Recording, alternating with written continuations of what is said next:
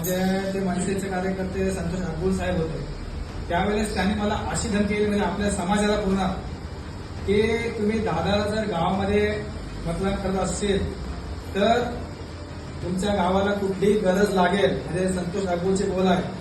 त्याने असा शब्द उच्चार केला की रक्त बाबतीत रक्तदान म्हणजे कोणाला पाहिजे असेल तर आडेगावाला मिळणार नाही का. ते आडेगाव आपण राजकारण म्हणून दादाला आपण पहिल्यापासून मानलेला आहे आणि आपला आडेगाव हा मूळ म्हणजे शिवसेनाच आहे, कारण बालकिल्ला शिवसेना म्हणजे आडेगाव हे पूर्ण 30 वर्ष 35 वर्षापर्यंत घडलेली स्टोरी आहे.